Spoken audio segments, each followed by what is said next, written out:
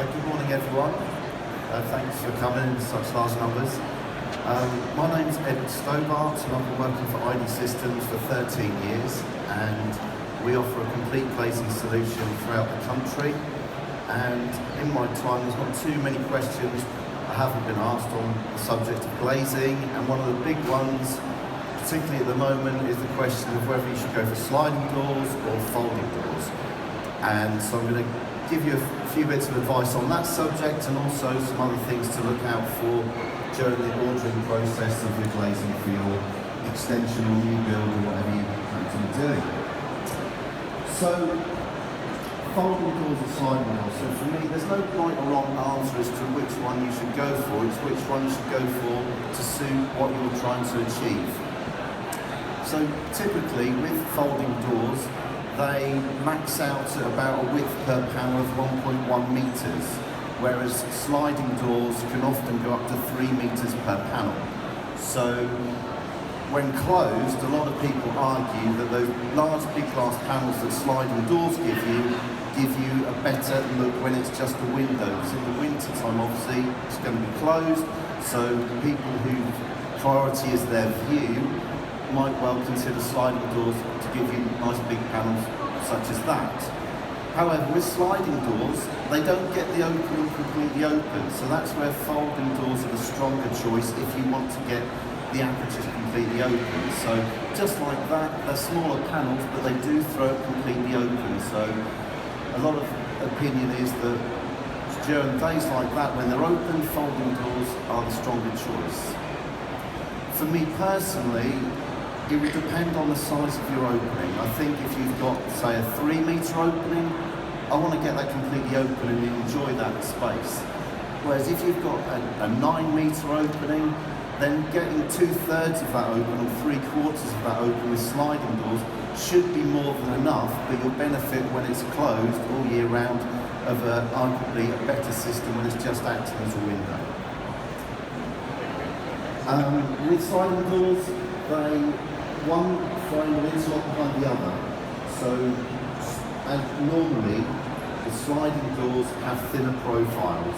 Yes, you can get the ultra slim ones, but even the standard ones are usually much thinner than a bifold. With bifold doors, both frames will sit beside each other, whereas the sliding doors, one will go behind each other, so you will get narrower framework with the sliding doors.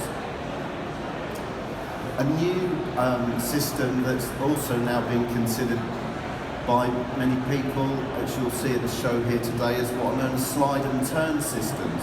So they're similar to a bifolding door in the fact they'll get it completely open, but there's no hinges between the panels, they all slide and stack to one end, but a lot of them can now give you very narrow profiles, so you get the slimness you associate with a sliding door, but getting it completely open as you do with a folding door. So they're also worth considering because they do kind of have a foot in both camps.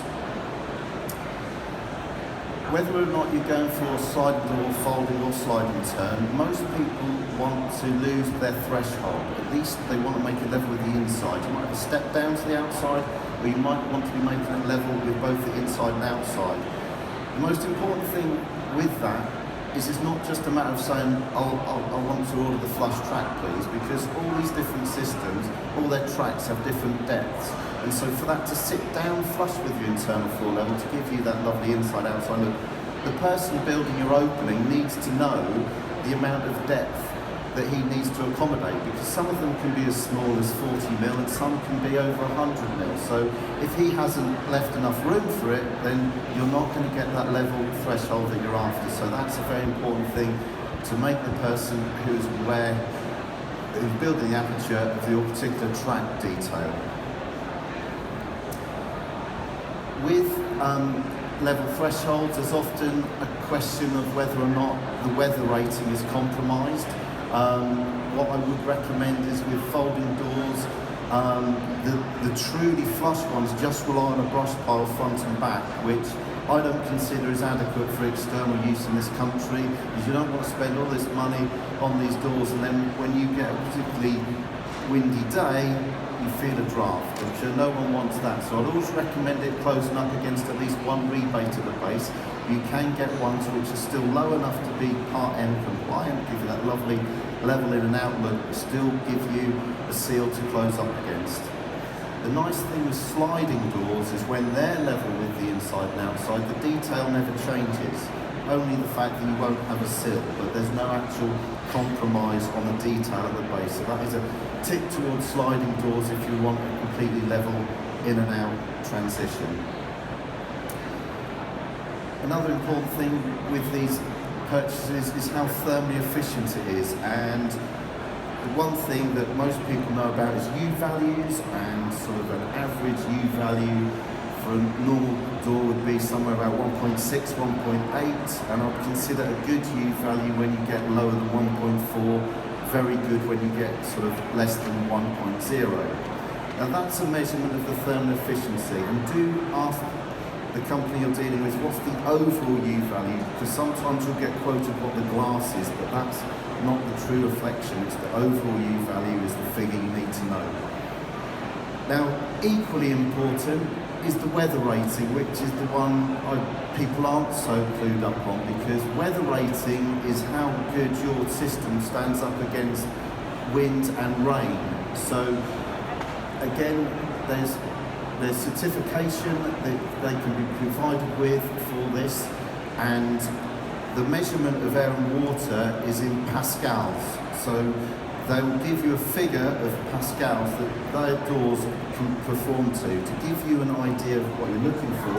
300 pascals is equivalent to 50 mile per hour wind, which I think most of us can experience throughout the year. So if you've got a door that's less than 300 pascals, you're very likely to suffer draft or rain ingress if you're in a particularly exposed rural location, and U-values don't cover this. So in theory, you could have a door with a great U-value, but you've got a draft. So do keep an eye on your weather ratings as much as your U-values. The dominant part of your purchase is obviously the glass. Now, building regulations are very strict in this country, so no one here can provide you with a glass that isn't, one, thermally efficient, two, safe. So you are covered as standard for that, but it's what you then want beyond that. So probably the most popular upgrade we have is what's known as solar control glass, particularly south and west facing elevations. You've got all this glass, but what you don't want is obviously the room getting too hot. So we can provide, and these companies can provide, solar control glass that will reduce what we call solar gain, and the best ones, and the ones that are most popular, are the ones that aren't particularly tinted. So solar control glass doesn't mean anymore you have to be a blue tint or a grey tint. They can be very subtle, and most people wouldn't even tell the difference. So you can get nice subtle glass that gives you that solar control property. Another glass that's very popular is laminate glass. So this is one of your panes, is a sandwich of glass, glue, and then glass again. The advantages that gives you, one is it's often considered a better glass from a security point of view, because even if it's broken, it stays in place just like your windscreen on a car. And for new build projects, not extensions but new builds, every downstairs piece of glass does need to contain one section of laminate glass, so do keep an eye on that. Other properties of laminate glass, it prevents bleaching, so if you're worried about furniture fade, then laminate glass will take around 90% of the furniture fade out, so that's another good thing for laminate. And there's also good laminates that are acoustic laminate glasses, so if you're worried about sound, you've got railway track behind you, again, acoustic laminate glass can be a very good way of reducing sound from outside. One of the things to keep an eye on when ordering the doors is what's the lead time, because I speak to people and they say, oh, there's no rush for us, we don't need them for a month, and then I say, well, my lead time's now 3 months, and suddenly you see this face drop. So do Keep an eye on your company's lead time, and also it will change throughout the year. So you may have had a conversation a few months ago and said, well, they said the lead time's 2 months. That might then have changed. So obviously you need to make certain you know the lead time so that you order the doors in time. There's 2 ways that how the doors can be manufactured, based on either the company coming out and measuring your opening, which is the traditional method, and the good thing about that is we take responsibility of the size of the door. And the other way is we make it to an agreed sizes, because most builders, particularly with a basic square opening, should know what size they're going to build it to. And if your time frame can't have us measure up and then say, right, see you in 2 months, you think, well, I know I need them much sooner. If you can order them off plan, you'll get a nice specific drawing to make certain everyone's on the same page, and that way you can get your doors ordered much sooner. And that's a good conversation to have with your builders, because I find some builders very confident and say, you know, I can build whatever size you want, and others are like, no, get them to measure it up. So it's a good conversation to have with your builder as to how he would want them to be ordered. So if he does want them to measure and they then thinks, well, that lead time's quite long, then maybe he can start building some of those openings sooner in his program so that he can get the survey underway quicker.